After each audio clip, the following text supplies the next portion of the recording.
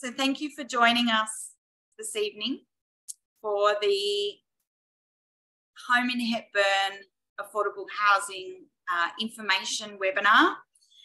My name is Sarah and I will be your host for this information session this evening.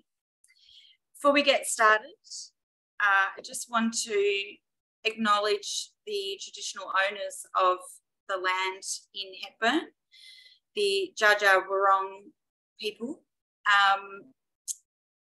Want to recognise that they are the traditional owners of the land in which Hepburn Shire is located, and pay our respects to their elders past, present and emerging. I'd also like to pay my respects to the Minjan Butu people, which is the land on which I'm coming from to you from this evening as well. My name is Sarah Bishop. I'm the host for this evening. I work with Rachel Hornsby, who is the presenter at Hornsby & Co. I am actually from a consultancy called Activate Consulting, and we partner with Rachel at Hornsby & Co on a range of projects for local government around affordable housing. We've also got this evening Damien Kennedy, who is the Acting Manager of Strategic Planning at Hepburn Shire Council. So it'll be Rachel and I mainly doing the presentation tonight. And Damien is also here because towards the end we've got an opportunity for you to ask questions, and some of those might be best answered by Damien. So to kick us off, I just want to do a little poll and see where you are joining us from this evening. So there should be a little poll that have just appeared on your screen. We're just keen to understand which ward of Hepburn Shire you live in, or if you live outside Hepburn Shire. We don't have time this evening to introduce everybody because it is more of an information session, but this is just a little way for us to work out who we've got on board today. So I can just share those results for you. You should be able to see we've got a couple of people from Birch Ward, someone from Creswick Ward, and a couple of people joining us who actually live outside of Hepburn. So thank you and welcome for coming along.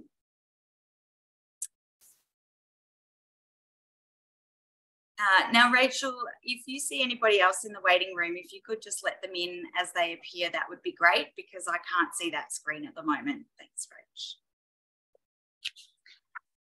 So tonight's session is really an information session.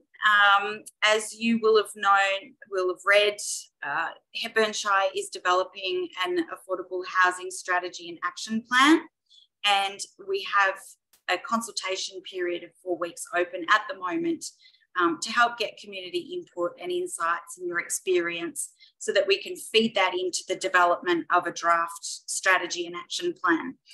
So tonight's session is really an information session. We're going to talk about a little bit about the project and about the strategy and how it's going to be developed. We'll provide an overview of the issues local to Hepburn Shire that are being experienced, the impact that that's having. We'll provide a bit of information about what are some of the options that councils have to influence affordable housing and housing affordability. And then we'll cover how you can actually participate in the consultation. So this isn't a formal kind of engagement session. It's not a formal workshop where we're going to be looking for your feedback and input in this session. It is an information session, so we can provide you with some information to help you then participate in the other ways, the other options that we have to participate as part of the consultation. However, we do want to give you an opportunity at the end to ask some questions, making sure that you're really clear on the strategy, the process, the information that is available and how you can participate. Just a little bit of what we call Zoom keeping. So as I said, we are recording this session. We will be making it available on the Participate Hepburn webpage for people to watch if they were unable to make the session this evening, or even yourself if you want to go back and review something that we spoke about. At the moment, microphones and video, up to you whether you have your video on. We prefer that microphones are turned off at this point in time. We will work through the information first and then provide an opportunity for the Q&A towards the end of the session. However, if as we're going, you've got a question that's popped into your head and you want to get it down before you forget it, feel free to pop it in the chat. So the chat function is available in the tools on your Zoom. And we'll come back and we'll check that chat towards the end once we get to the Q&A. So if you've got a burning question, pop it in there and we'll make sure that we try and get to it towards the end of the session. And of course, just if we can keep all the questions and the comments in the chat respectful, that'd be fantastic. So to kick us off, I'm going to throw over to you, Rachel, to kick us off. And we'd like to start with sorry, I'm just finding my notes. We'd like to start with, if you can explain to us what affordable housing is, Rachel, who is responsible, and what this affordable housing strategy and action plan will do. Thanks very much, Sarah. And I'll do that over the next few slides. So if people are watching and they think I've got to the end of this slide and I haven't answered all those 3 questions, never fear. We promised to cover off those things. The first slide is really about affordable housing and housing affordability, and they're both issues for the Hepburn Shire and across Victoria and Australia. Affordable housing is a type of housing. It's secure non-market housing. So non-market meaning it's not your standard rent or mortgage situation, because what makes it different is there's an eligibility process and an allocation process. So the eligibility is generally based on income. And then there's a process involved to make sure that eligible people, that those dwellings are allocated to eligible people. So that's, a bit of technical jargon there, affordable housing. But the difference to that, but it's also an issue, is housing affordability. And housing affordability is a much broader issue. It encompasses the cost of housing compared to household income across all different types of housing. So you can see the housing continuum there. There's supportive housing, community housing, subsidised market rent, all the way through to private market rental and home ownership. So you might privately rent, but you're still facing housing affordability challenges, or you might be in social and affordable housing and still be facing cost of housing pressures. So they're those 2 different things there. Next slide. Thanks, Sarah.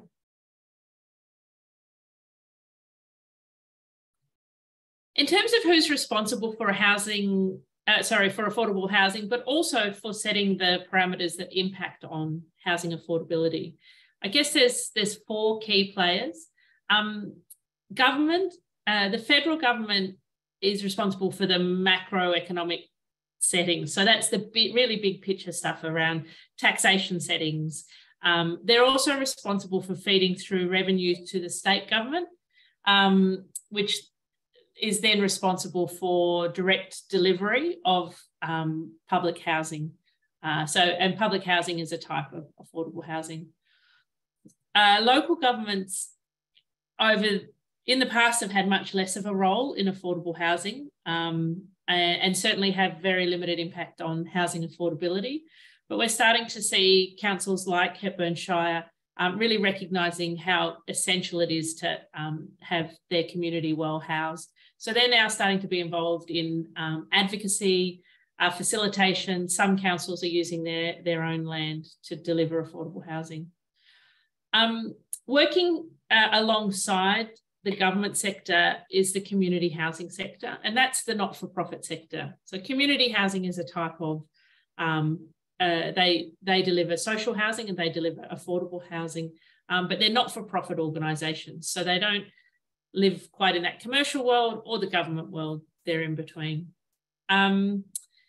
Alongside that, in terms of building houses, are developers. So the developers are the sector that really is responsible for the bricks and mortar element of housing.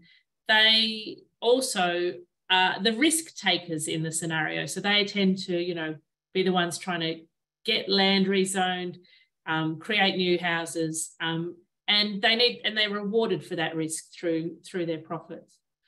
And the fourth one that's worth mentioning are lending institutions. And as I suppose, an individual, we often overlook that, you know, we often look to developers and we think, oh, they need a, you know, certain profit margin. They're the ones that are making lots of money out of housing.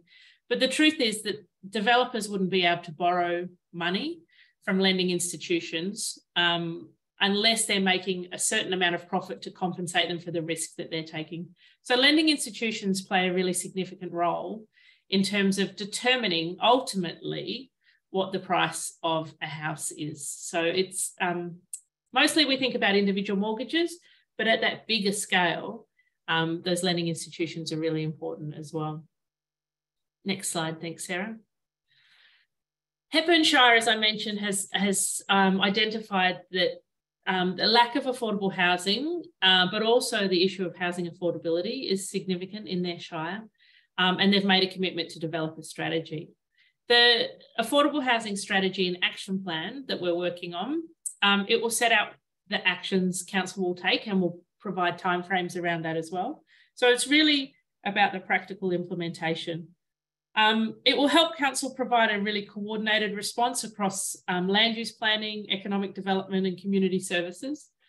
And that's what we find with affordable housing strategies and housing affordability issues. It doesn't sit neatly within one part of council. It tends to impact across the whole of council and across all different sectors of the community as well. The strategy and action plan will encourage affordable housing investment in Hepburn, and that might be investment from state government. We're staying tuned with a bit of hope for investment from federal government, but also investment by the community housing sector or philanthropists, individuals who might see that there's this really clear path for encouraging and facilitating affordable housing in Hepburn Shire. It will also support the advocacy activities of the council and the community as well, and ultimately support the planning negotiations. So in Victoria, there isn't a provision to require a developer to provide affordable housing, but there are provisions to seek affordable housing as part of a development and ask for it. And so the negotiation is a really important element, and the more policy framework that a council can have in place, the stronger it can be in those negotiations with developers. So that sort of sets out affordable housing, housing affordability, who are the key sectors, and then what that means for an affordable housing strategy and action plan for Hepburn Shire. Thanks, Rachel. So, as I said at the start of the webinar, council is really at the first stage of developing this strategy and action plan, which is doing some, Rachel from Hornsby & Co is doing some detailed work behind the scenes, looking at data and information, doing some research about the issue locally. But we also want to get input from the community into your experiences.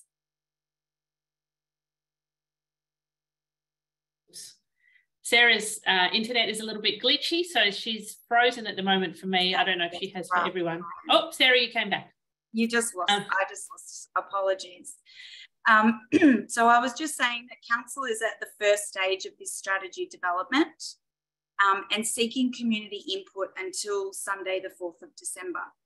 Now, to support the community to provide input, we've actually put together an issues and options paper. And because, as you've just heard, there's many different players and it's quite a complex topic, we felt that this was a good way to help the community get across the issues and consider them when providing their feedback in this first stage of engagement. So The issues and options paper provides an outline of the local's issues, including some information around latest census data, the impact this is having, some of the causes, some of the things that are contributing to these issues, and then outlines a range of actions that council can take, including some of the trade-offs and considerations around those different actions. And it also includes examples of what other councils are actually doing.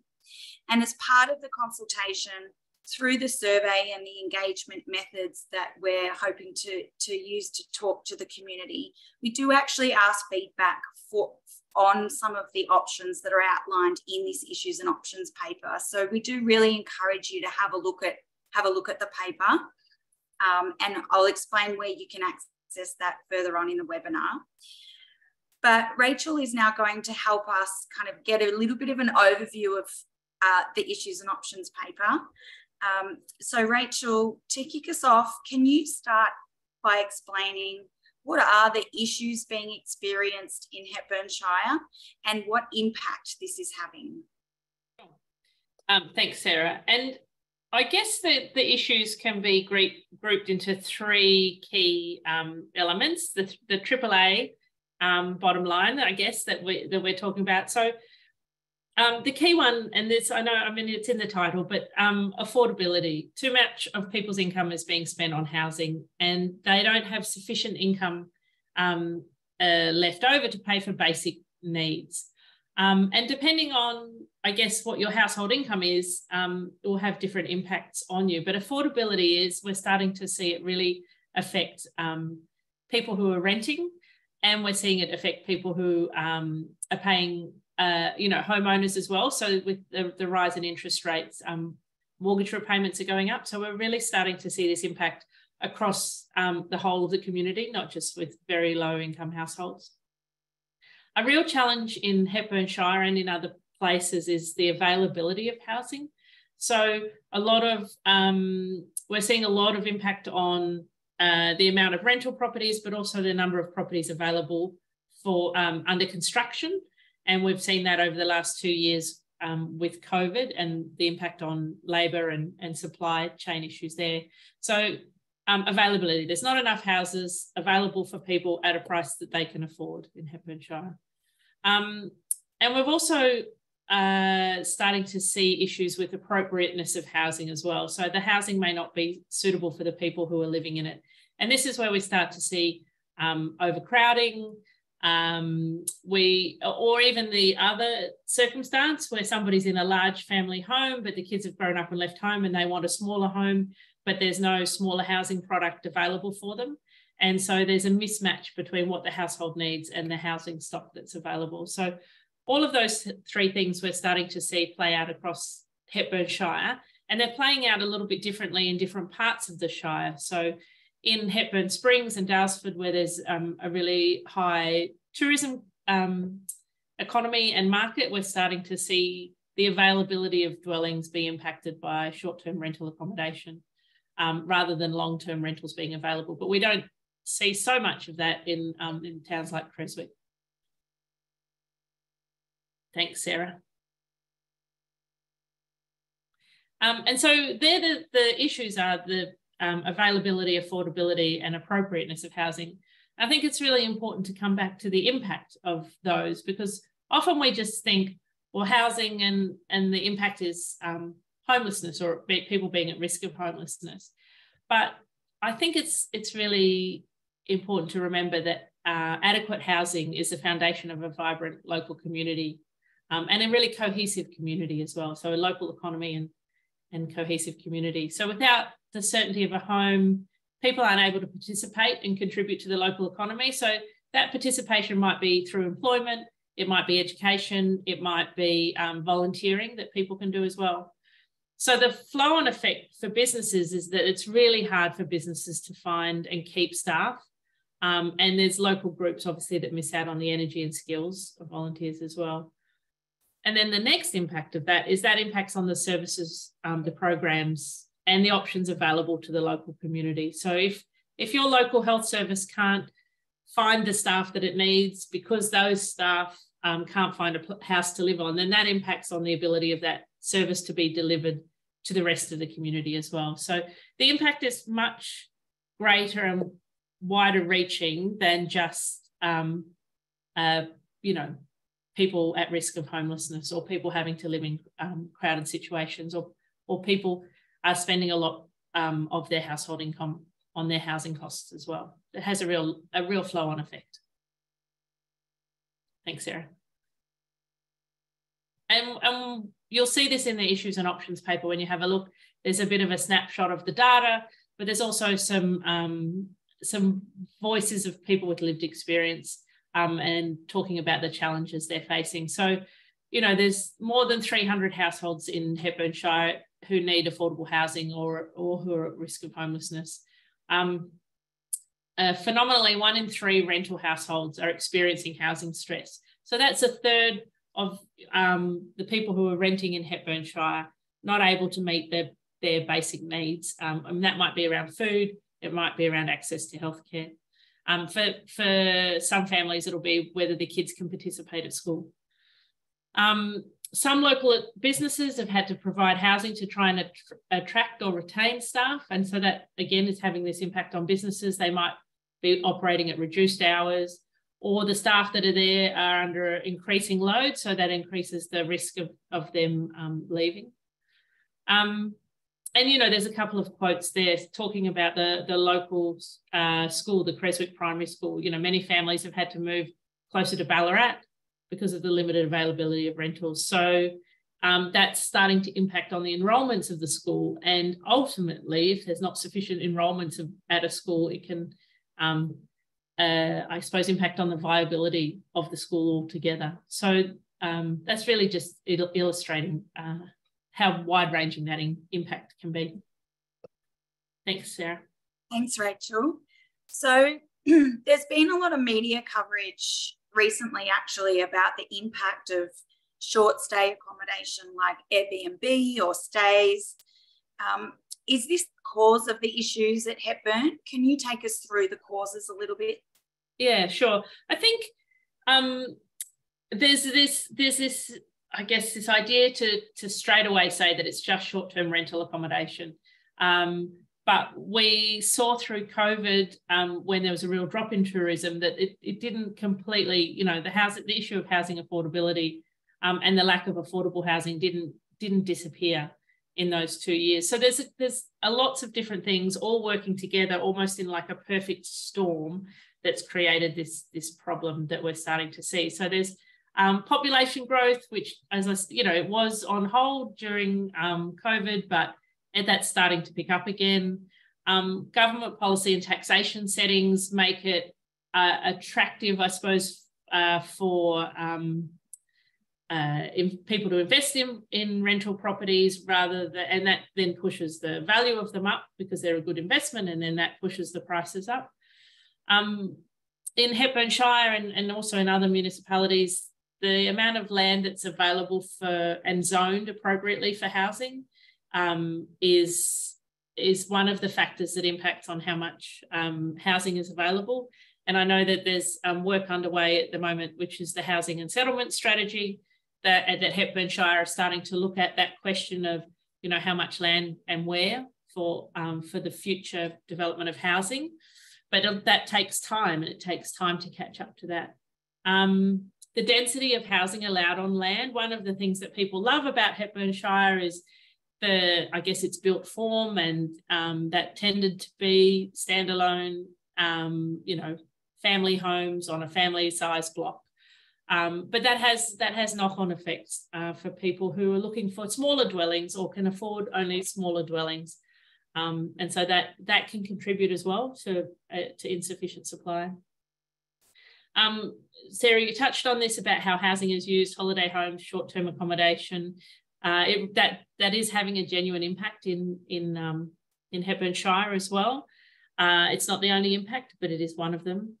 And I guess the really fundamental issue, and this has been an issue over the last 30 to 40 years, is there's been significant underinvestment by successive state governments and I guess federal governments as well, although the responsibility primarily sat with the state governments for funding and investment in affordable housing. So Victoria has the lowest rate of social housing of anywhere in Australia. The big housing build announcements by state governments helping to address that, but we're starting from really far behind the 8 ball. So all of those things together mean that it's hard for people to find housing in Hepburn Shire that they can afford. Thanks, Rachel. So the issues and options paper, as I said earlier, outlines a range of actions that councils can take to influence housing affordability and also the supply of affordable housing. It also provides some examples of what other councils are doing. But some of the actions, some of the potential actions have trade-offs that the community perhaps may not like, that also need to be considered when we're thinking about what Hepburn Shire might consider doing.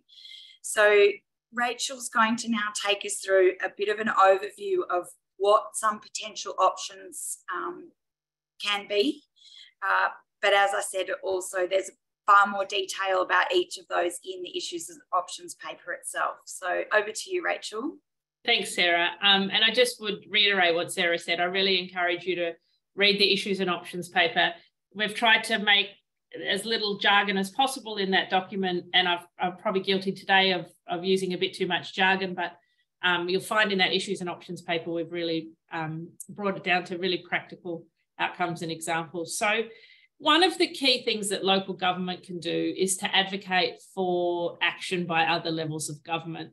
And the reason advocacy is so important is twofold, really.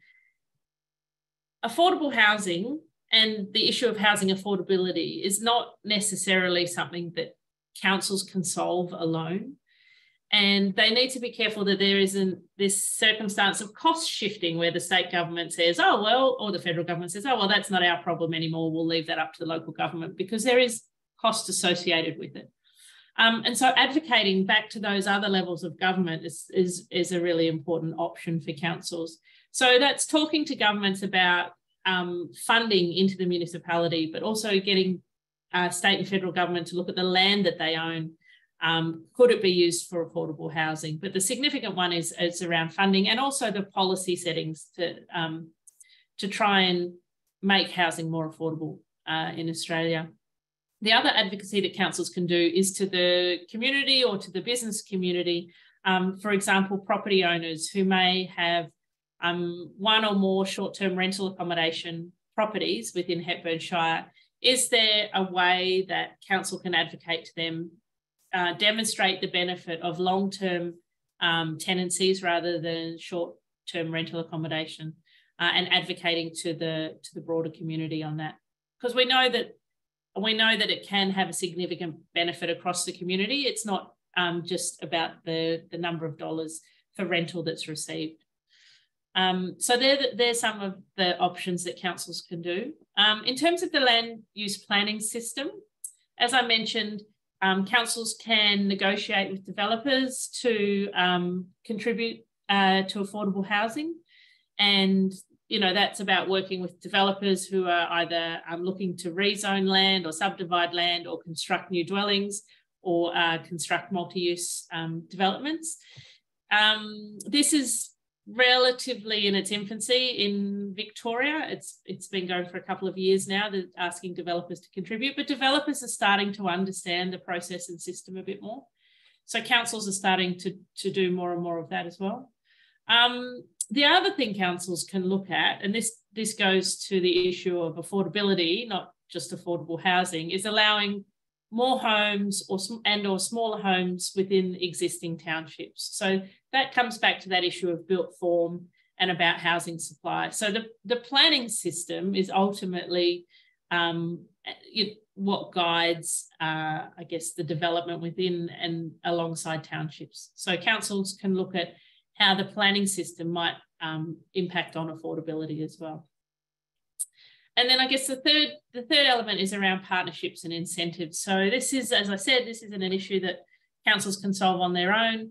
So what councils tend to do is to look to partner with, the community or community housing organisations to try and get housing built for low-income households, but also to try making sure that there's an opportunity for services to be delivered to people who need them as well. Councils can explore the use of council-owned land, but keeping in mind that it needs to be well located, close to services, because that's important for the tenants that would live there. Exploring whether that use might be through a leasehold arrangement or an ownership arrangement. And that, again, takes a bit of time to see a result. Some councils have looked at differential rate charges for short stay accommodation to try and tip the incentive towards, I guess it's like disincentivizing one type, incentivizing longer term accommodation. But what's really important is not to undermine the tourism sector, because that's a really key part of local economy. And so then the other way that councils can look at rates charges is whether they offer a discount of rates for affordable housing properties. So, you know, there's different ways to cut up the pie. And if you have a look at the issues and options paper, it sort of steps through what the options are and the implications of those options too. Thanks, Rachel. So now I'm just heading into some information about the consultation. This first stage of consultation closes on Sunday, the 4th of December. Excuse me. And what we're really keen to understand in this stage of consultation is what your experience is of housing affordability in Hepburn Shire. So we really want to understand from the community's point of view the impacts and the experiences that the community is having to feed into that strategy development process. We're also asking you about what you think the advocacy priorities should be for council. Council has already committed through its affordable housing policy that it's already adopted. It's already committed to advocating to other levels of government around this issue. But we're keen to understand from your point of view what you think the priorities should be for that advocacy.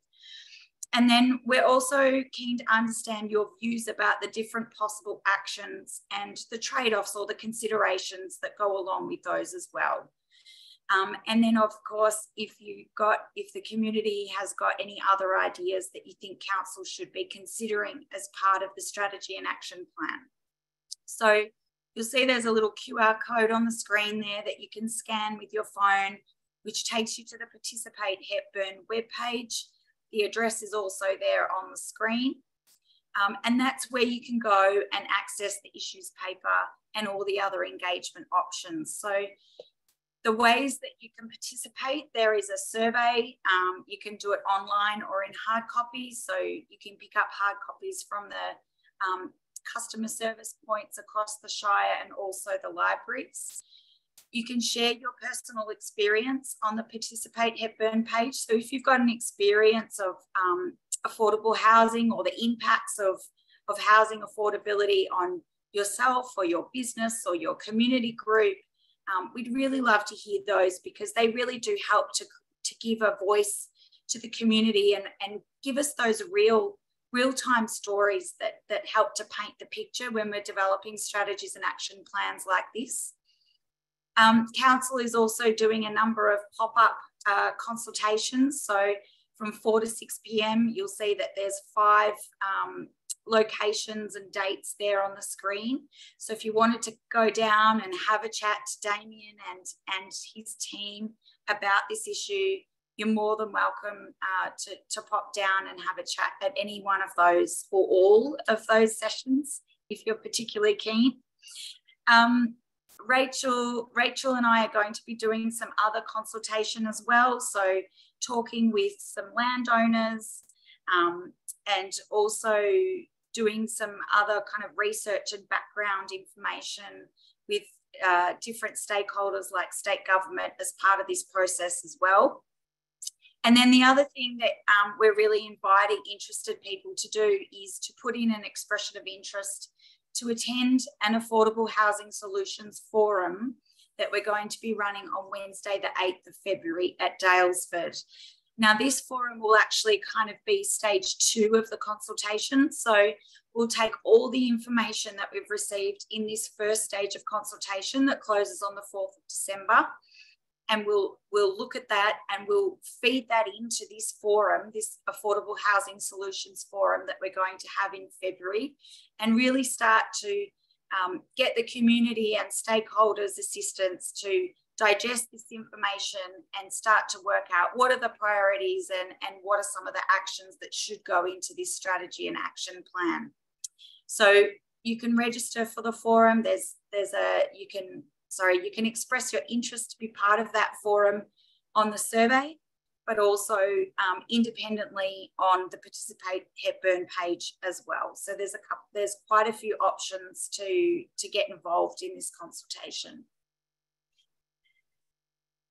So that now brings us to the end of the formal part of this session, and the opportunity now for you to ask some questions if you have them. As I said, this isn't a formal engagement activity itself, so we're not actually gathering ideas and feedback at this point, but we do want to give you the opportunity to ask questions about the strategy development process, the issues and options paper, kind of any of the high-level stuff that Rachel has spoken through already, the consultation itself, how you can participate and where to find information. So I will stop sharing the screen at this point so I can see you, and I'm also going to stop recording now as well.